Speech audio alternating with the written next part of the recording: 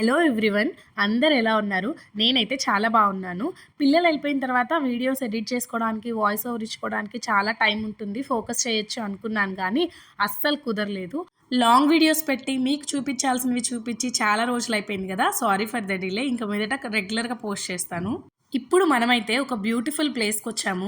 నాకైతే ఈ ప్లేస్ పర్సనల్గా చాలా చాలా నచ్చింది. నేను లాస్ట్ టైం అమ్మపల్లి టెంపుల్కి వెళ్ళాము, రాముల వారిది అని చెప్పి శ్రీరామనవమి ముందు రోజు మేము పోస్ట్ చేశాను. ఆ వీడియో ఎవరైనా చూడకపోతే డిస్క్రిప్షన్లో లింక్ ఇస్తాను, చూడండి. ఆ పక్కనే మహంకాళి అమ్మవారి టెంపుల్ ఉంది.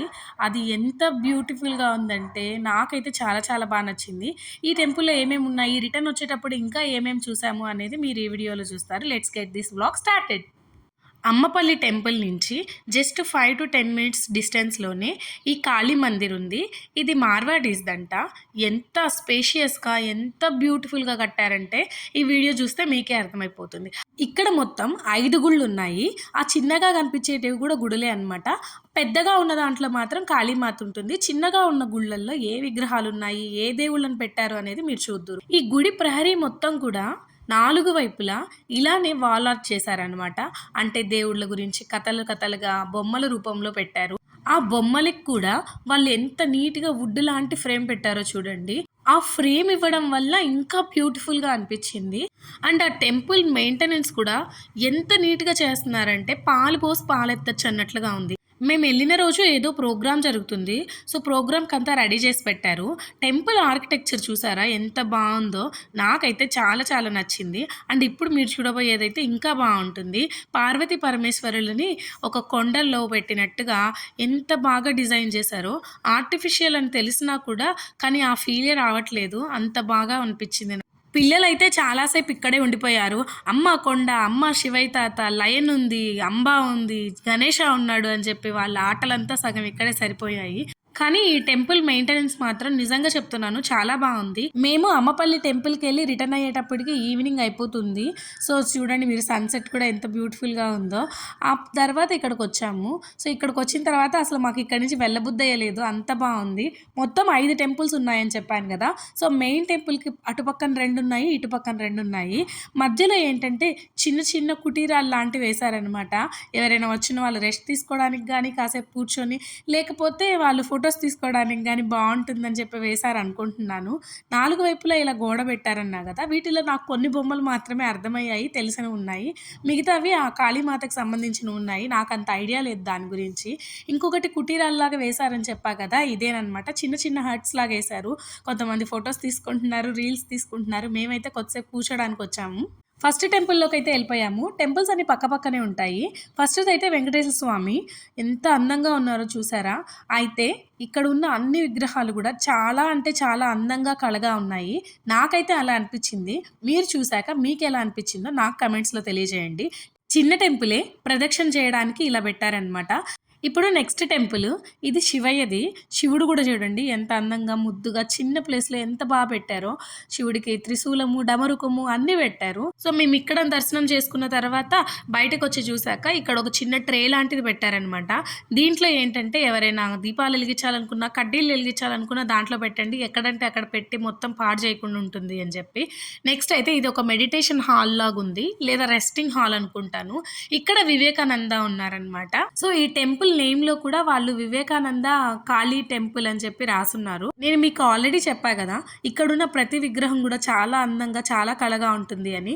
ఇప్పుడు మనము మెయిన్ టెంపుల్ అయిన కాళీ టెంపుల్కి వెళ్ళిపోదాము. ఇదే కాళీమాత గుడి. గుడి చూసారా ఎంత బాగుందో. డిజైన్, దాని ఆర్కిటెక్చరు, దానికి ఇచ్చిన కలర్స్, లైటింగ్ నాకైతే భలే అంటే భలే నచ్చాయి. లైవ్లో అయితే ఇంకా అద్భుతంగా ఉంది. కళ్ళకి పండగలాగా అనిపించింది. వీళ్ళ టెంపుల్స్లో మనలాగా టెంకాయలు ప్రసాదాలు కొట్టరనుకుంటాను. వీళ్ళందరూ కూడా పాలకోవాలే తీసుకొస్తున్నారు నైవేద్యంగా అమ్మవారికి. ఇప్పుడు మీరు చూస్తున్నదే అమ్మవారి విగ్రహము, కాళీమాత. నేనైతే కాళీమాత గుడికి రావడం ఇదే ఫస్ట్ టైము. సినిమాలలో, సీరియల్స్లో చూశాను కానీ నార్త్ ఇండియన్ సీరియల్స్లో మన సైడ్ అంటే సౌత్ ఇండియా సైడ్ రాజరాజేశ్వరి దేవి అని, దుర్గాదేవి అని, లక్ష్మీదేవి అని, సరస్వతి దేవి అని వీళ్ళ టెంపుల్సే ఉంటాయి కానీ కాళీమాత టెంపుల్స్ ఉండవు కదా.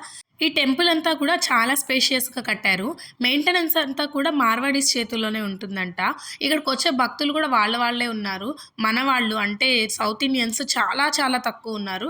సగం మందికి మేబీ తెలియక రాలేదేమో అని అనుకుంటున్నాను. మేము వెళ్ళింది సండేనే కానీ జనమైతే చాలా తక్కువున్నారు. ఇప్పుడు మనం మిగతా 2 టెంపుల్స్ కూడా కవర్ చేసేద్దాము. ఫస్ట్ టెంపుల్‌లో ఎవరున్నారో మీరే చూసేసేయండి. మన బుజ్జి గణపయ్య ఉన్నాడు. చూసారా? అలంకారం కూడా ఎంత సింపుల్‌గా, ఎంత నీట్‌గా, అందంగా ఉందో. విగ్రహం కూడా అంతే కళగా ఉంది. టెంపుల్‌లో హడావిడే లేదన్నమాట. పూలు, కొబ్బరికాయలు అవి ఇవి ఏమీ లేదు. Simple maintenance. ఇప్పుడు మనము లాస్ట్ అండ్ ఫైనల్ టెంపుల్‌కొచ్చేసాము. ఇదైతే అల్టిమేట్‌గా ఉంది. శ్రీకృష్ణుడు ఇంకా రాధమ్మ ఎంత అందంగా ఉన్నారో చూసారా? ఈ విగ్రహాలు ఎక్కడి నుంచి తెచ్చారో, ఎవరు చెక్కారో తెలీదు గానీ చూస్తూనే ఉండిపోవాలి అనిపిస్తున్నాయి. దర్శనాలన్నీ అయిపోయిన తర్వాత అక్కడే చాలాసేపు కూర్చున్నాము. ఆ వాతావరణానికి అసలు కదలబుద్ధేయలేదు. ఎంతసేపు కూర్చున్నా ఆ విగ్రహాలను చూడాలనిపిస్తుంది. అక్కడే ఉండాలనిపిస్తుంది. శివుడున్నాడా? ఎక్కడ? అవునా? ఎక్కడున్నాడు? ఎవరున్నారు? జై శ్రీకృష్ణ. గణేష ఎవరున్నారు? ఎవరున్నారు? ఆయన పేరేంటి?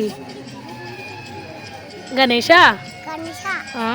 వాడికి కూడా బాగా నచ్చింది. గణేష ఉన్నాడు, శివుడు ఉన్నాడు అని చెప్తున్నాడు.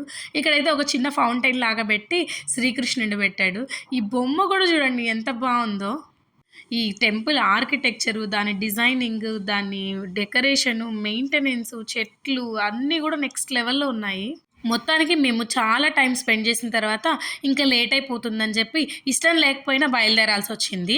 మేము స్టార్ట్ అయ్యే టయానికే టెంపుల్‌కి లైట్‌లేసేశారు. చూడండి లైట్‌లతో కూడా మీకు టెంపుల్‌ని చూపిస్తున్నాను. ఎవరైనా హైదరాబాద్ వచ్చిన వాళ్ళు చూడాల్సిన ప్లేసెస్‌లో మ్యాండేటరీగా ఈ ప్లేస్ కూడా పెట్టుకోండి. చాలా అంటే చాలా బాగుంది. ఇదైతే ఎంట్రన్స్ అనమాట. మనం ఇందాక కార్ పార్క్ చేసి బ్యాక్ డోర్ నుంచి వచ్చేసాము. ఎదురుగా ఒక చిన్న లేక్ లాంటిది ఉంది. బయట వాతావరణం కూడా చాలా బాగుంది. సాయంత్రం అయ్యేటప్పటికి చల్ల గాలొస్తుందనమాట. ఈవినింగ్ అయ్యే టైంకి మేబీ ఆ ప్రోగ్రామ్ చూడడానికి జనాలు వస్తున్నారో లేదా వీళ్ళు దర్శనం చేసుకోవడానికే వస్తున్నారో తెలియదు కానీ జనాలైతే పెరిగారు. మేము వెళ్ళినప్పుడు కంటే మేము రిటర్న్ అయ్యేటప్పటికి.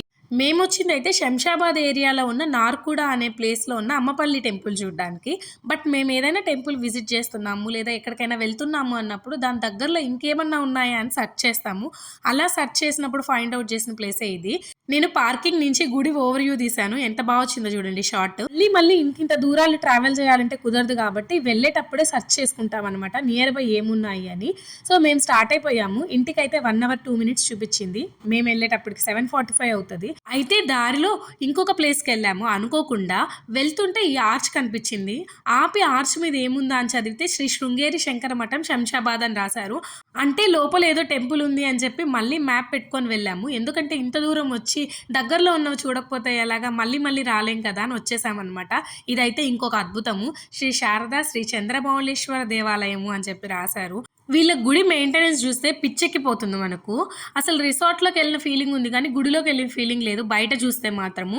లోపల కన్‌స్ట్రక్షన్ మాత్రం నెక్స్ట్ లెవెల్‌లో కట్టారు. అన్నిటికంటే హైలైట్ పార్ట్ ఏంటి అంటే గుడి మొత్తాన్ని అంటే కొంచెం కూడా వదలకుండా మొత్తం నెట్‌తో కవర్ చేశారు. పీజీఎన్ నెట్‌తో. ఎందుకంటే ఇక్కడ పావురాలు ఎక్కువ వస్తున్నాయంట. అవి గుడి మొత్తాన్ని పాడు చేస్తున్నాయి అని చెప్పి. వచ్చే భక్తులకి ఇబ్బంది అయిపోతుంది. అలాగే క్లీనింగ్ వాళ్ళకి ఇబ్బంది అయిపోతుందని గుడి మొత్తాన్ని పీజీఎన్ నెట్‌తో కవర్ చేసేశారు. ఎక్కడ ఏమి దూరడానికే లేదు. మనం రావాలన్నా కూడా నెట్‌ని పక్కకు జరుపుకొని రావాలి. ఇందాక మీరు చూసినట్టే. చూడండి అందుకే నేను గుడి మొత్తం ప్రదక్షిణ చేస్తూ తీశాను వీడియో. ఎక్కడా కూడా వాళ్ళు లోపలికి ఒక పిట్ట రావడానికి లేకుండా చేసేశారు. అందుకే చూడండి పాలు పోసి పాలెత్తొచ్చు అన్నట్టుంది గుడి మాత్రం. అయితే ఈ టెంపుల్‌లో చంద్రమౌళేశ్వర స్వామి అంటే శివుడు ఉన్నాడు. శారదాదేవి అంటే అమ్మవారు ఉన్నారు. అయితే మేము అనుకోకుండా ఈరోజు ముగ్గురు శివుళ్ళని దర్శనం చేసుకున్నాము. అమ్మపల్లి టెంపుల్‌లో శివుడున్నాడు.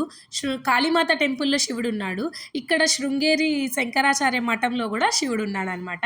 సో మాకు 3 సార్లు శివుడి దర్శనం అయింది ఈరోజు. చాలాసేపు టెంపుల్‌లో అలా ప్రశాంతంగా కూర్చొని మొత్తానికి ఇంటికైతే బయలుదేరేసాము. మీకు దూరంగా ఏమైనా కనిపిస్తుందా బ్లూ కలర్‌లో? అదేనండి ఫిష్ బిల్డింగ్ అనమాట. అది ఒక రీసెర్చ్ సెంటరు హైదరాబాద్లో ఉంటుంది. పిల్లలైతే భలే ఎగ్జైట్ ఫీల్ అవుతారు. నేను హైదరాబాద్కి వచ్చిన కొత్తలో ఈ సైడ్ వచ్చానంటే అద్దం కత్తుక్కుపోయేదాన్ని చూడ్డానికి. చాలా బాగుంది కదా. ఇది కూడా మీకు చూపించేసి ఈ వీడియోకి ఏం చెప్పేద్దామని క్యాప్చర్ చేశాను. మీకు ఈ కాళీమాత టెంపుల్ చాలా నచ్చింది అనుకుంటున్నాను. నెక్స్ట్ టైం హైదరాబాద్ వచ్చినప్పుడు మీరు వెళ్తారని ఆశిస్తున్నాను. Thank you so much for watching. Bye bye.